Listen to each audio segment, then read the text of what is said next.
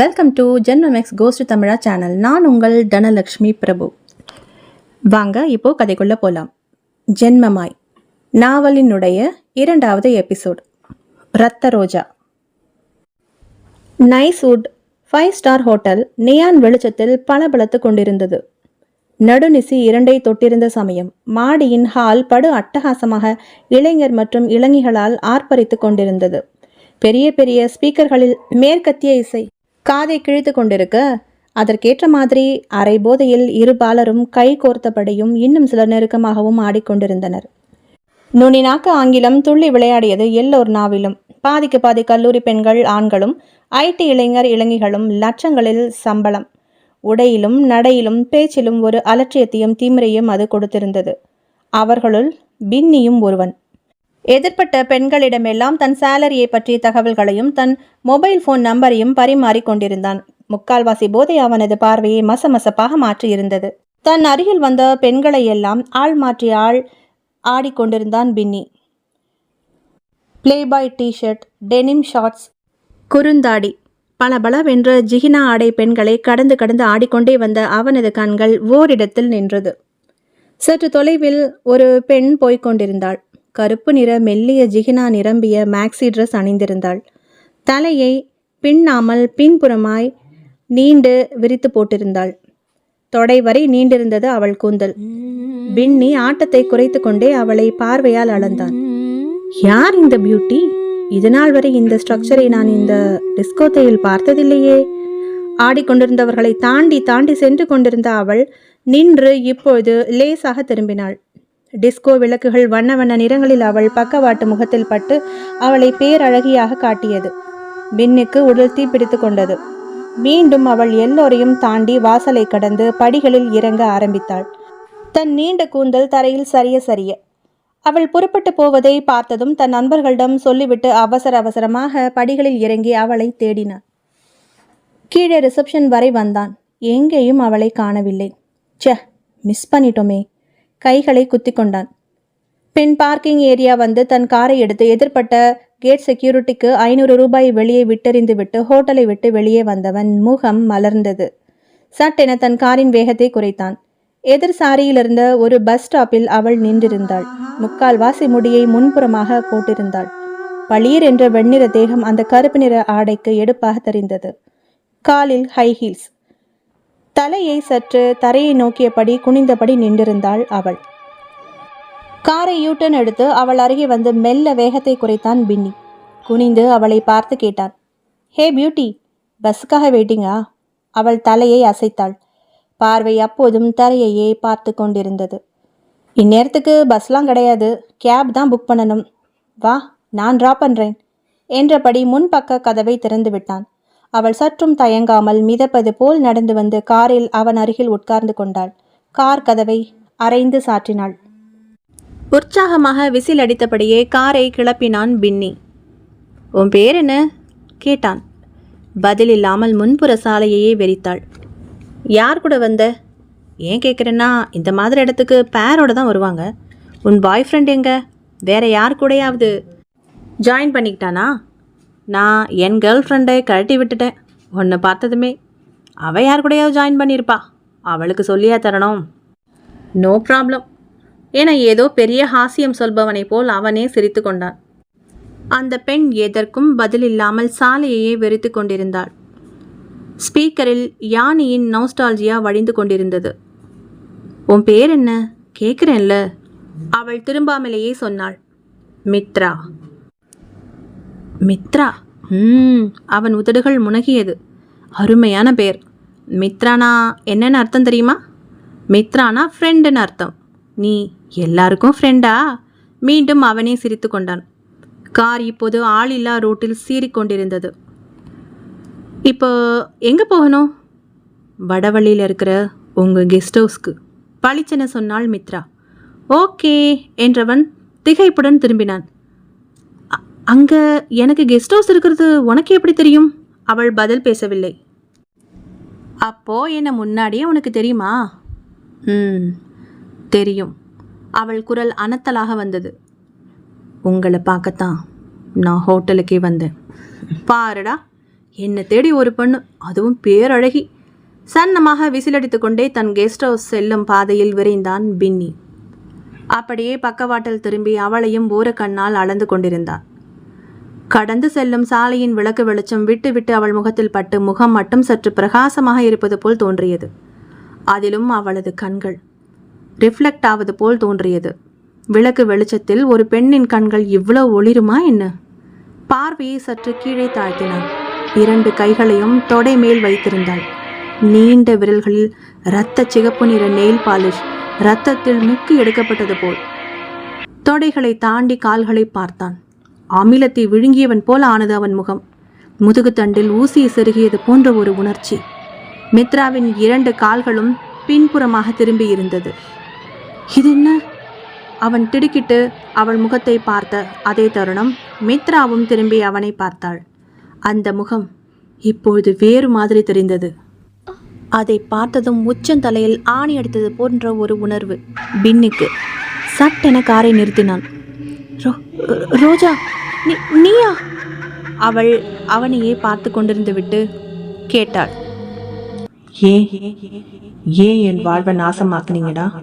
ஃப்ரெண்டுன்னு நம்பித்தானே உங்க கூட வந்தேன். கூல்ட்ரிங்க்ஸ்ல மயக்க மருந்து கொடுத்து என் வாழ்வை சிதைச்சதும் இல்லாம அதை போட்டோ எடுத்து என்னை மிரட்டி நான் மறுத்ததும் அதை ரூபேஷ்க்கு அனுப்பி அவன் என்னை நம்பாம எங்களுக்குள்ள சண்டை வந்து கடைசியில அவன் கையாலேயே என்ன கழுத்தை நெரிச்சு கீழே தள்ளி சாகும்படி பண்ணிட்டீங்களேடா. இத்தனையையும் சலனம் இல்லாமல் கேட்டுக்கொண்டிருந்தது அந்த முகம். மித்ராவின் உடலில் இருந்து உதட்டில் அசைவில்லை. கருப்பான விழிகளில் இருந்து ரத்தம் கண்ணீராக வழிந்தது. நெற்றி சடக்கென உடைந்து சுக்கு நூறாக ஆனது. மூளை வெளியே தெரிந்தது அந்த முகத்தில். பயத்துடன் கத்தினான் பின்னி. பாத்தியா, இப்படித்தான் நான் கீழே தரையில விழும்போது என் மண்டை செதறி மூளை வெளியே தெரிஞ்சது. என் உடல் அலங்கோலமா ரத்த சகதியில கிடந்தத நானே என் கண்ணால பார்த்தேன். அப்போ எப்படி இருந்தது தெரியுமா? நான் விழுந்தது 6வது மாடியில இருந்து. இந்த மேம்பாலத்துல இருந்து நீ விழுந்தா உன் மூளையும் இப்படி மண்டை உடைஞ்சு வெளியே வருமா வராதா? பின்னி உடல் எங்கும் மரத்து போனது போல் உணர்ந்தான். கை கால்களை அசைக்க முடியவில்லை. சொல்லு பின்னி, மூளை வெளியே வருமா வராதா என அவள் பார்வை கேட்ட அதே நேரம் கார் திடீரென அசுர வேகம் எடுத்து மேம்பாலத்தில் சீறி பாய்ந்து செல்ல ஆரம்பித்தது. மித்ராவின் உடலில் இருந்த ரோஜாவின் ஆவி கர்ண கடூரமாக சிரிக்க ஆரம்பித்தது பேய் கூச்சலோடு. பின்னிக்கு கண்கள் பிதுங்கி நாக்கு வெளியே வரும் போல் இருந்தது. காருக்குள் கேட்டுக்கொண்டே இருந்தது மகா பயங்கர பேச்சிரிப்பின் ஒலி. ஒரு கட்டத்தில் தறி கெட்டு ஓடிக்கொண்டிருந்த பின்னியின் கார் நட்ட நடு மேம்பாலத்தின் தடுப்பு சுவரை உடைத்து கொண்டு காற்றில் பிடிப்பில்லாமல் பறந்து கீழே ரோட்டில் டொம் என்ற சத்தத்துடன் கீழே விழுந்து நொறுங்கியது. அதே நேரம் கார் கதவு திறந்து கொண்டு மித்ராவின் உடல் அப்படியே அந்தரத்தில் மிதந்தபடி நின்று கொண்டு ரோட்டில் நொறுங்கியிருந்த காரை விட்டு தவழ்ந்து தவழ்ந்து வெளியே வந்த பின்னியையே பார்த்து கொண்டு நின்றது. மெல்ல மெல்ல சாலையில் உடலெல்லாம் இரத்தமாக தேய்த்து தேய்த்து நகர்ந்து கொண்டிருந்த பின்னியின் காதருகே மூளை இன்னுமா வெளியே வரல, இதோ இப்ப வந்துடும் எனவும் எதிரில் ராட்சச வேகத்தில் வந்த டேங்கர் லாரி பின்னியின் தலையில் ஏறவும் சரியாக இருந்தது. பின்னியின் மூளை தரையோடு தரையாக தேய்ந்து போனது. ஒரு குரூரத்துடன் அதை பார்த்து கொண்டிருந்த மித்ராவின் உடலில் இருந்த ரோஜாவின் ஆவி வானத்தை பார்த்து கண்களை மூடி திறந்தது. பின்பு அதன் வாய் ஒரு பெயரை உச்சரித்தது. ரூபேஷ் என்று உச்சரித்த அதன் குரலில் ஆங்காரம் ஸ்பஷ்டமாய் ஒலித்தது. அத்தியாயம் 8. கோயம்புத்தூர் சிறைச்சாலை நள்ளிரவு 3 நெருங்கிக் கொண்டிருந்தது. சிறை கைதிகள் எல்லாம் ஆழமான உறக்கத்தில் இருந்தனர். வார்டன்களும் கண்காணிப்பு காவலர்களும் அங்கும் இங்கும் லாட்டியால் சிறை கம்பிகளை தட்டியபடியே நடந்து போய் கொண்டிருந்தனர். பெரிய கோட்டை மதில் போல் இருந்த சிறைச்சாலையின் மதில் சுவருக்கு பக்கத்தில் வளர்ந்திருந்த ஒரு பெரிய மரத்தின் உச்சியில் ஒரு கிளையில் கால்களை ஊன்றி கைகளை பின்புறம் கட்டியபடியே சிறைச்சாலையின் ஒரு பகுதியையே ஊன்றி பார்த்து கொண்டிருந்தாள் மித்ரா. அவள் அப்படி மிதந்து கொண்டிருந்தது பார்க்கப்படு அமானுஷ்யமாக இருந்தது. அந்த நள்ளிரவு வேளையில் உதடு ரூபேஷ் ரூபேஷ் என திரும்ப திரும்ப முனகிக் கொண்டிருந்தது. சட்டென ஒரு பகுதியில் அவள் பார்வை நிலை பெற்றது. கண்கள் ஒளிர்ந்தது. அப்படியே மரக்கிளையின் உச்சியில் இருந்து ஒரே தாவாக தாவி மதில் சுவரின் மேல் வந்து நின்றாள். அங்கிருந்து கீழே தரையில் இறங்கினாள். இருட்டோடு இருட்டாக பரவியபடியே அந்த குறிப்பிட்ட பகுதிக்கு வந்தாள். அந்த பகுதி முழுவதும் கொலைக்கான சிறை தண்டனை பெற்ற கைதிகள் அடைக்கப்பட்டிருக்கும் இடம். லேசாக இருட்டுடனே மிதந்தபடி வந்தவள் ஓரிடத்தில் நின்றாள். கரிய நிற விழிகளை கூர்மையாக்கி உற்று அந்த அறையை பார்த்தாள். உள்ளே ரூபேஷ் படுத்திருந்தான். கைதிகளின் வெள்ளை உடையில் இருந்தான். அவன் மட்டுமே அந்த அறையில். மித்ரா மெல்ல அந்த அறையை நெருங்கி கம்பிகளுக்கு இடையே ஊடுருவினாள். ஆச்சரியம் போல் அவளது உடல் ஒரு ஜெல்லி போல் ஆகி உருகி கம்பிகள் இடையே வழிந்து உள்ளே ரூபேஷின் அருகே வந்து நின்று மீண்டும் மித்ராவாக உருமாறி நின்றது. உறங்கும் ரூபேஷையே தன் கருவிழிகளால் உக்கிரத்துடன் பார்த்தாள் மித்ரா. யாரோ ஓங்கி அறைந்தார் போல திடுக்கிட்டு கன்னத்தை பிடித்து கொண்டு விழித்தான் ரூபேஷ். தன் முன்னே ஒரு கரிய நிழலைப் போல கண்களில் இரத்த சிகப்புடன் நின்ற மித்ராவை பய அதிர்வுடன் பார்த்தான். ஏய் யார் நீ? இங்கே எப்படி வந்த? மித்ரா சிரித்தாள். கரடுமுரடாக இருந்தது அந்த சிரிப்பு. சத்தம் வெளியே கேட்டது போல தெரியவில்லை. அந்த சத்தம் ரூபேஷின் மார்பில் சுருக்கென ஒரு வலியை உண்டாக்கியது. நெஞ்சை பிடித்தான். அறைக்குள் மட்டும் சின்ன சூறாவளி போல் காற்று சுற்றி சுற்றி சுழன்றது. ரூபேஷ் காற்றின் வேகத்தில் இழுபட்டான். தடுமாறினான். மித்ராவின் நீண்ட தலைமுடி நேர்மேலே தூக்கி கொண்டது. கண்களிலிருந்து ரத்தம் வழிய வழிய சிரிக்க ஆரம்பித்தாள் மித்ரா. முகம் முழுசும் இரத்த சகதியாய் மாறி உதடு வெடித்து பாளம் பாளமாய் இருந்தது. என்ன நடக்கிறது என ரூபேஷால் புரிந்து கொள்ளவே முடியவில்லை. யாரோ அவன் கழுத்தை நெருக்குவது போன்ற ஒரு பிரம்மை. தாழ முடியாமல் அப்படியே தொப்பென தரையில் விழுந்தான். மித்ரா சிரிப்பதை நிறுத்தினாள். சர்ரென அவன் அருகே நகர்ந்து வந்து நின்று விழுந்த அவனது கழுத்தை பிடித்து அப்படியே அலேக்காக தூக்கினாள். சுவரோடு சுவராக மேலே தூக்கி நிறுத்தினாள். கழுத்து நெறிப்பட்டு உடலின் பாரம் கீழே இழுக்க ரூபேஷ் கால்களை சுவற்றில் உதறியபடியே துடிக்க ஆரம்பித்தான். நாசியிலும் கடைவாயின் ஓரத்திலும் ரத்தம் பிளக் என வெளியே எட்டி பார்த்து வழிய ஆரம்பித்தது. மூச்சு நிற்கும் கடைசி வினாடியில் நேருக்கு நேராக கிட்டத்தில் மித்ராவின் முகத்திற்கு பதில் ரோஜாவின் முகம் தெரிந்தது. அச்சமும் அதிர்வுமாக அந்த முகத்தை பார்த்து கொண்டே ரோஜா என சொல்ல நினைத்து சொல்ல முடியாமல் தலை தொங்கி போய் தன் கடைசி மூச்சை நிறுத்தினான் ரூபேஷ். அவனை அப்படியே தூக்கி வீசினாள் மித்ரா. சுவற்றில் நங்கென மோதி கை கால்களை பரப்பிக்கொண்டு கீழே விழுந்தது ரூபேஷின் சடலம். அதே நேரம் கண்காணிப்பு காவலர் லாட்டியை தட்டியபடியே அறையை நெருங்கி வருவது தெரிந்ததும் விற்றென பறந்து போய் சுவற்றில் இருளில் சப்பென ஒட்டி கொண்டாள் மித்ரா. ரூபேஷின் அறையை நெருங்கி சாதாரணமாக உள்ளே பார்வையை செலுத்திய காவலர் அறை இருட்டில் அலங்கோலமாக ரூபேஷ் கீழே விழுந்து கிடப்பது கண்ணில் பட்டதும் ஏதோ விபரீதத்தை உணர்ந்து தன் விசிலை எடுத்து ஊதியபடியே சிறை கதவை திறந்து உள்ளே ஓடினார். சுவரோடு சுவராய் கரிய நிழல் போல ஒட்டியிருந்த மித்ரா சரசரவென சுவரில் தவழ்ந்தபடியே நொடி பொழுதில் அறையை விட்டு வெளியேறி இருளோடு இருளாக காற்றில் கலந்து மறைந்து போனாள். மறுநாள் பகல் முழுவதும் அவள் மறைந்திருந்த இடம் சுடுகாடு. நகரத்தின் ஒதுக்குப்புறத்திலிருந்த அந்த சுடுகாட்டின் கடைக்கோடியில் புதர்கள் மண்டி இருந்த இடத்தில் அருகில் வெட்டப்பட்டிருந்த ஒரு குழிக்குள்ளே போய் அப்படியே கண்மூடி படுத்து கொண்டாள் மித்ரா. இரவு மணி 9 தாண்டியதும் சடாரென கண் விழித்தாள். அவள் விழிகள் மட்டும் சுற்றி சுழன்றது அங்கும் இங்கும். வாய் இப்போது ஒரு பெயரை உச்சரித்தது. சிந்தியா, துரோகி, துரோகி, துரோகி. அத்தியாயம் 9.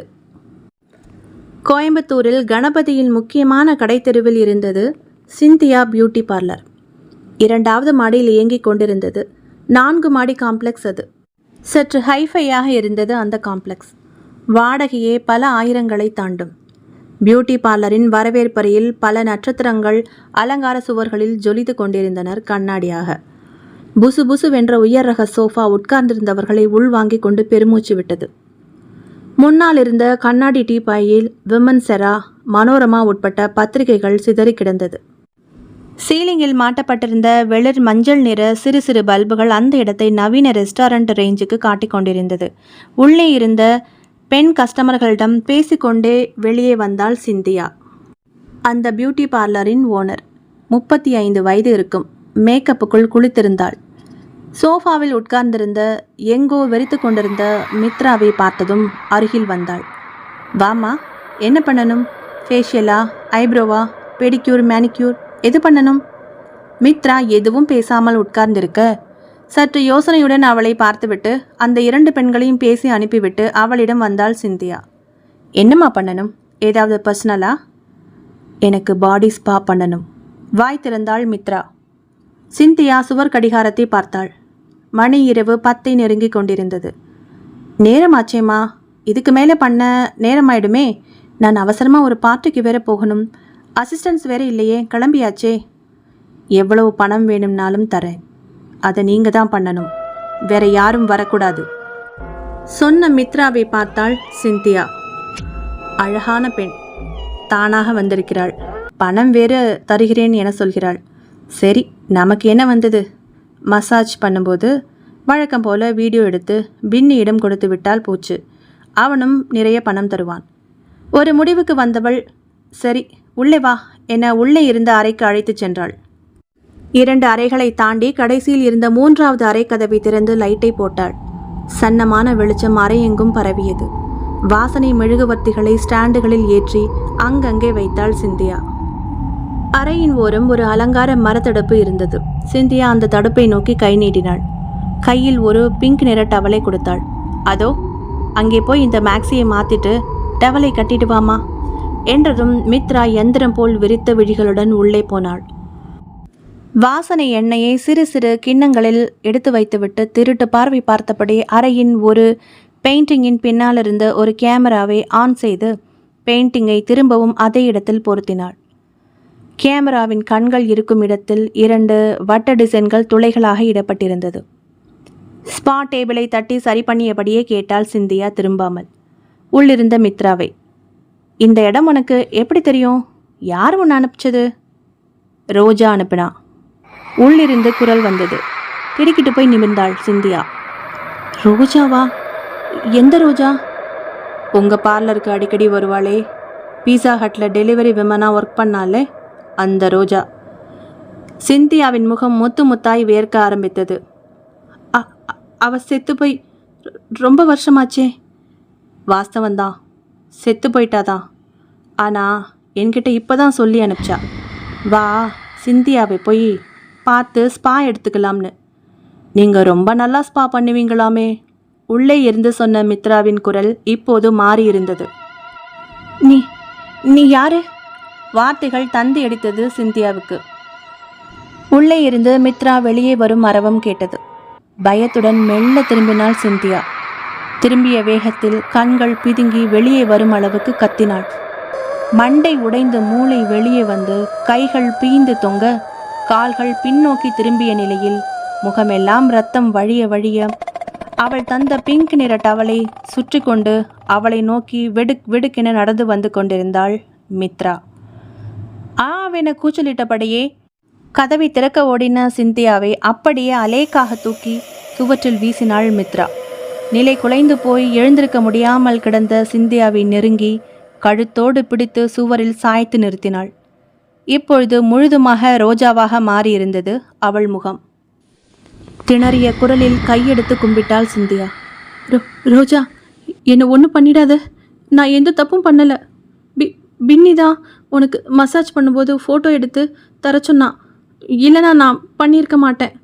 அப்படி செய்யலைன்னா நான் பண்ணுற வேலையை வெளியில் சொல்லிடுவேன்னு மிரட்டினான். என்னை விட்டுடு ரோஜா. கடக்கென தலையை சாய்த்து அவளை பார்த்தாள் ரோஜா. உனக்கு ஒன்றுமே தெரியாதுல்ல என இரட்டை குரலில் கேட்டபடி அவளை அப்படியே அலேக்காக தூக்கி அங்கே அலங்காரத்திற்காக மாட்டப்பட்டிருந்த ஒரு நீண்ட இரும்பு வளைவு கம்பியில் அப்படியே உட்கார வைத்து தேங்காயை 2ஆக உரிப்பது போல் டர் என கீழே இழுத்து சொருகினாள் ரோஜா ஆங்காரமாக. அலறக்கூட அவகாசமின்றி அந்த கம்பியில் சொருகப்பட்டு நிலை குத்தின விழிகளோடு கொஞ்சம் கொஞ்சமாக செத்து போக ஆரம்பித்தாள் சிந்தியா. ஆவென வாய் பிளந்தபடி ரோஜா போட்ட கூச்சலில் அறையிலிருந்த பொருட்கள் எல்லாம் பட் பட்டென உடைந்து நொறுங்க ஆரம்பித்தது. கண்ணாடிகள் எல்லாம் சிதற ஆரம்பித்தது. ஏசியின் மின் கசிவு ஏற்பட்டு சரசரவென தீப்பிடிக்க ஆரம்பித்தது வயர்களில். அந்த இடமே தீப்பற்றி கொண்டது வெகு விரைவில். சர் என கண்ணாடி ஜன்னலை உடைத்து கொண்டு மித்ரா உடலில் இருந்த ரோஜா பறந்து வெளியே தாவி காற்றோடு காற்றாக மறைந்து போனாள். இப்போது அந்த 2வது மாடி கொழுந்து விட்டு எரிந்து கொண்டிருந்தது. அத்தியாயம் 10. பொண்ணு பேரு என்ன சொன்னீங்க? மித்ராவின் போட்டோவை பார்வையால் அளந்தபடியே கேட்டான் இன்ஸ்பெக்டர் சுதீப். 26 வயது, துடிப்பான இளைஞன், சாதிக்க துடிக்கும் கண்கள், போலீஸ் உடையில் கம்பீரமாக இருந்தான். பொண்ணு பேரு மித்ரா என்றார் அப்பா ஞானேஸ்வரன் கவலையான குரலில். அம்மா கல்யாணி கண்ணீர் முகமாய் அருகில் உட்கார்ந்து அழுது கொண்டிருந்தாள். இடம் ஹாஸ்பிட்டலின் மித்ரா அட்மிட் செய்யப்பட்டிருந்த அறை. சற்று நேரத்திற்கெல்லாம் ஹாஸ்பிட்டல் எம்டி ஐசக் வந்துவிட்டார். முகத்தில் கவலை. அருகில் டியூட்டி டாக்டர், நர்ஸ்கள். இது நாள் வரை இப்படி ஒரு சம்பவம் நடந்தது இல்லை இந்த ஹாஸ்பிட்டலில். ஐசக்கின் குரலில் கவலை தெரிந்தது.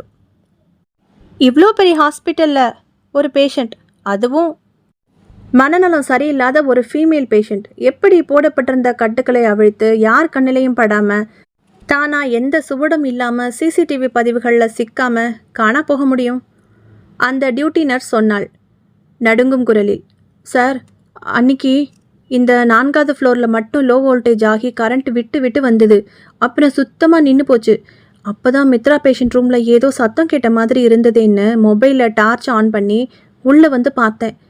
அப்போ தான் மித்ரா கட்டில் காணோங்கிறதே நோட் பண்ணேன். உடனே ரூம் ஃபுல்லாக செக் பண்ணோம்.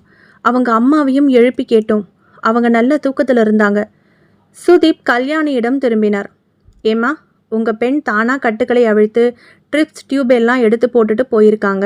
அதில் ஒரு சின்ன சத்தம் கூடவா உங்களுக்கு கேட்கலை? கல்யாணி தலையாட்டினாள் கண்ணீருடன். கேட்கலையே இன்ஸ்பெக்டர், கொஞ்சம் கூட எனக்கு எதுவும் தெரியலை.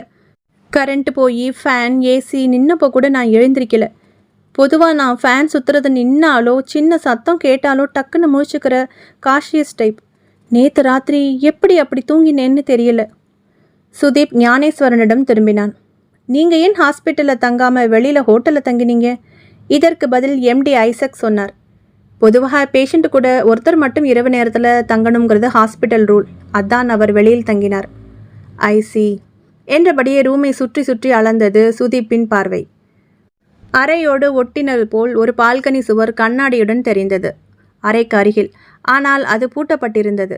அதற்கு நேர் எதிரே அறையின் ஒரு பக்க ஜன்னல் தெரிந்தது. ஒரு ஆள் நுழைந்து வெளியேறலாம் அளவு இருந்தது அது. ஜன்னலை திறந்தார். ஸ்லைடிங் விண்டோ அது.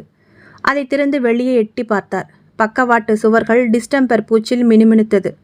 ஜன்னலில் இருந்து கீழே கால் வைக்க சன்ஷேட் கூட வைக்கவில்லை. இதிலிருந்து கீழே குதித்தால் பலமான அடி நிச்சயம். எனவே வாய்ப்பு கம்மி. எட்டி பார்த்தான். எதிரில் இருந்த குல்மஹர் மரங்களின் அணிவகுப்பு. ஜன்னலின் வழியே தலையை நீட்டி பார்த்திருந்து விட்டு திரும்ப போன சுதீப்பின் கண்களில் அது பட்டது. முகம் சுருக்கினான். என்னது? நீண்ட தலைமயிர் கொத்து ஜன்னலின் ஒரு கூரான பகுதியில் மாட்டி, பக்கவாட்டு சுவரில் சற்று தள்ளி அடிக்கப்பட்டிருந்த ஆணி வரை மாட்டி காற்றில் சன்னமாக ஆடிக்கொண்டிருந்தது. அது மட்டும் அவனது ஆச்சரியத்திற்கு காரணமில்லை. அந்த ஹாஸ்பிட்டலின் நோயாளிகள் அணியும் பச்சை நிற ஆடையின் ஒரு பக்க பகுதி கூரான ஆணியில் மாட்டிக்கொண்டு கிழிந்து காற்றில் ஆடிக்கொண்டிருந்தது. அதுவும் இவ்வளவு நீளம் வரை அவள் வந்திருப்பாளோ? அது எப்படி சாத்தியம்? பிடிமானம் இல்லாமல் எப்படி ஜன்னலிலிருந்து வெளியே வந்திருப்பாள்? ஆச்சரியமும் திகிலும் சுதீப்பின் முகத்தில் கூடாரமிட்டது. அத்தியாயம் 11. இன்ஸ்பெக்டர் சுதீப் தன் வீட்டில் அமர்ந்து காலை உணவை சாப்பிட்டு கொண்டிருந்தான். உணவு மேஜையில் அம்மா சுதா உணவு பரிமாறி கொண்டிருந்தாள். இன்னும் 2 இட்லி வச்சுக்கோப்பா. போதுமா? என்னடா வளர பிள்ளை இப்படி சாப்பிட்டா எப்படி?